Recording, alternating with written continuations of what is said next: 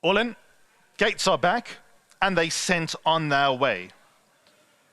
Batik got a clean break, and she's off to be the early leader over Alabama Anna. Run for Isla pushes forward at the outside. Then comes Summerland, who races in a handy position, only 2 lengths off the leader. Fur Baby's about midfield with Written in the Sand. Dreamt I Could Fly off the course, the silver sleeves and blue cap. What you're waiting for, nearer last than first, but they're going a good clip here, racing a good 8 lengths off the leader. She's a Rainbow, 2 lengths away to Dancing Arabian, and that leaves Grisha at the end of the field. There's about 10 lengths in it with 900 metres left to run. Batik taken on by Run for Ryla. There's little in it past the 800. Then comes Summerland, who races in third at the outside of Alabama Anna in the pink sleeves and cap. Fur Baby in the open, only 3 to 4 lengths adrift. Then comes Written in the Sand. She's a Rainbow was next best. What You Waiting For, Dreamt I Could Fly. They followed by towards the back of the field, Dancing Arabian, and Grisha's at the outside with 400 metres left to run. Batik, Run for Ryla. Then comes Alabama Anna. Then Written in the Sand, who's in the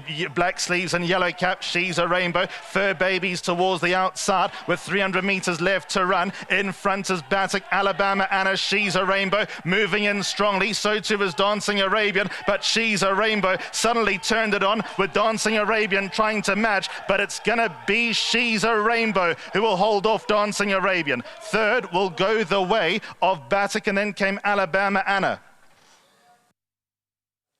So the winner's racing in the blue and white colours, bang in the middle from the deepest draw. She was ridden for luck, and there was more than just luck on her side. She's actually won full of merit. She's won with a bit in hand. She was getting reeled in late by Dancing Arabian, but She's a Rainbow had won that race with about 200 metres left to run. Dancing Arabian left to do the chasing. One more to go at the VAAL, runs at 20 past 4.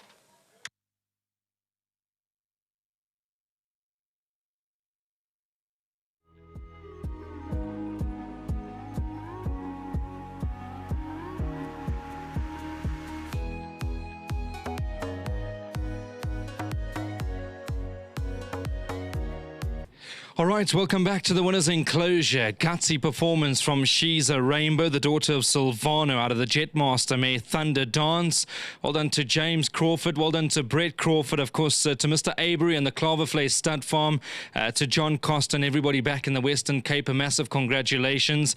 I thought a top ride from Cabello Matsanyane because, as I was saying, the speed unfortunately fell away going through about the 380-metre mark, and this horse was left in front, and a nice strong ride by Cabello.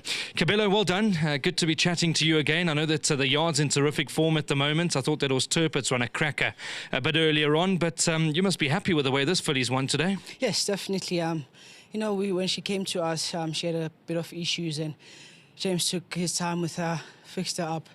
You know, he's got in a good place, and those 2 runs that she had before, I think those are the runs that actually brought her up, and even a drop in rating also helped us.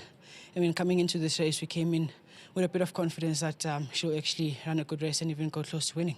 Yeah, look, I mean, if you have a look at her Western Cape form, I mean, there's nothing wrong. I was just saying on air that perhaps maybe I'll get James to confirm you would have liked one more run on the Halfvelter before you could strike for gold. But, I mean, you found the right sort of a race.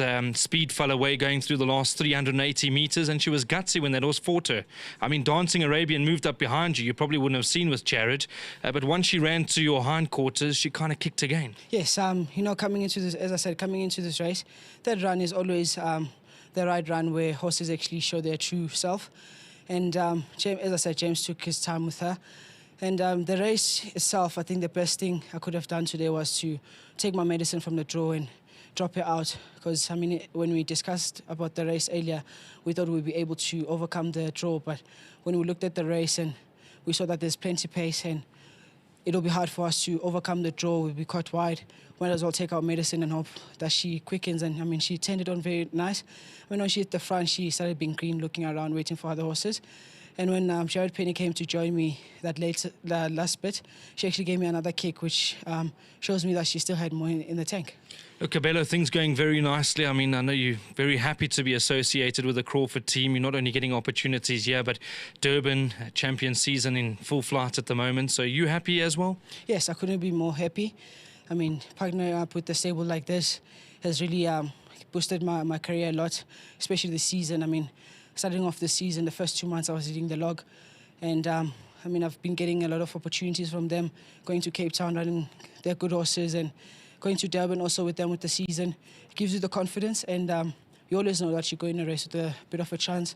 Just helps you wake up in the morning. Yes, it's a motivation to wake up in the morning and knowing that you're working towards something. But as I said, I couldn't be more happy for this. Last word from you with regards to Turpitz. I thought a cracking run. We're always of the opinion that perhaps a mile at the VAAL could catch him out. But I know that chatting to James, he will go and build on this effort because, I mean, he wouldn't say he had the best run in transit. You also would have liked something to follow through going through the last 300. But you must be very happy with him at the moment. Yes, I'm very happy with him. He had a very nice win in Durban. Coming into this race, we knew it's a bit of a tough race. It was an open race. And I would say he's a sensitive horse, and I mean, you can see even in his stats, he's only run 11 times. That's for a reason. He's a type of horse that needs to be taken care of and be soft with him. I would say coming into this race, when I took him down to the start, he didn't feel 100% to me. I mean, I've been working him and I know him best. He didn't feel 100% to me, but I know that that's how he is. It's not that he's crippled or anything. It's just how he is. And I mean, it also costed that he ended up being hanging in. But overall, it was a great run. Stepping up into ratings and in that type of field, getting beat just over half a length, it's a very good run from him. Kabelo, always good to see you. I've made no secret. I think you're a top rider. You deserve these opportunities, so well done. Much appreciated, Brendan. And once again to James, big thanks to him for the opportunities. Well done to the owners. And to my sponsors in Uniform, big thanks to them. Good stuff. There we go. KB, as he's become affectionately known on the racetrack, and by James. James, well done. We had a good chat yesterday, obviously, and we went through your runners. I know we look at the computer form, third run after the rest. They normally peak that third run after the rest, but I'm sure you would have been happy if you had one more run with this individual because she looked like she was coming the right way. And, I mean, today, right race, Kabelo top ride, you must be very happy. Yeah, you know, she's a filly I had to bide my time with. There was a few niggles that when she initially arrived from Cape Town I had to figure out and just try to settle her down a little bit at home, work on her. She's a little bit of a muscle-bound filly as well, so I had to work on that. And then it was a matter of just getting her quiet at out at track and then also getting her quiet here at the races. I was a little bit concerned when I saw her playing up in the ring, but I knew she was feeling well going into the race. So as long as I saw she wasn't sweating up too much, I was happy. And I must just give kudos to Kabelo. He rode a very nice race. He bided his time. He was patient. When the gap came, he went for it, and she quickened up well today.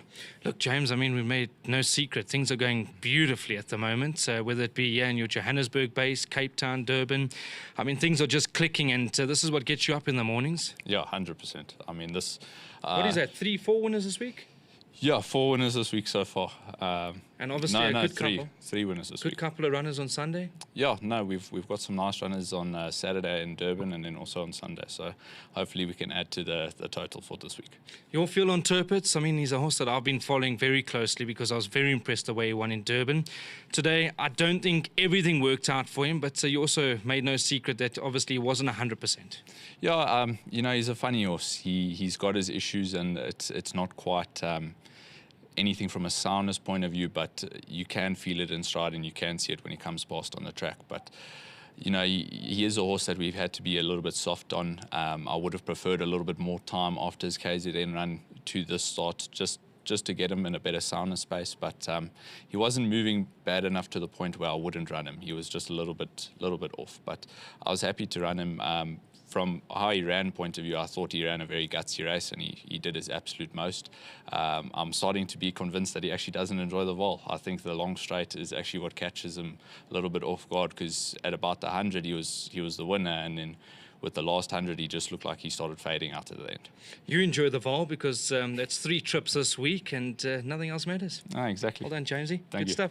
Always good to see James. He's a good man and very exciting through the youngster ranks. Lovely to have him here at the VAAL racetrack. I know he was here yesterday.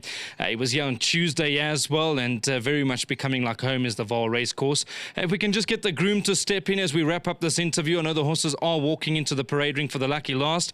Well done. Good to see you. I know you guys always dress the part. I know that the Brett Crawford team always take pride in what they do, and you must be very happy. 1,500 Rand coming your way.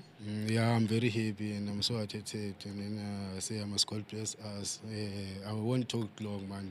James and Mr. Mochimane took a long way. So done it myself. As long as you're happy and you got a smile on your face, I'm that's happy. it. That's why I don't want to talk too much. I'm good. happy, so I can't talk. Shame, thank you very much. Keep up the good work. I know you guys do a lot of hard work in the mornings. We're very proud of you. And there's 1,500 Rand courtesy of World Sports Betting. Thank you very much to the guys. They do so much for the sport of racing that we don't get to see, and very well dressed as well. Thank you very much. There we go. That's how we wrap up this interview. Thanks to World Sports Betting. Again, we've got one more to come, and that'll be the lucky last, race number 8.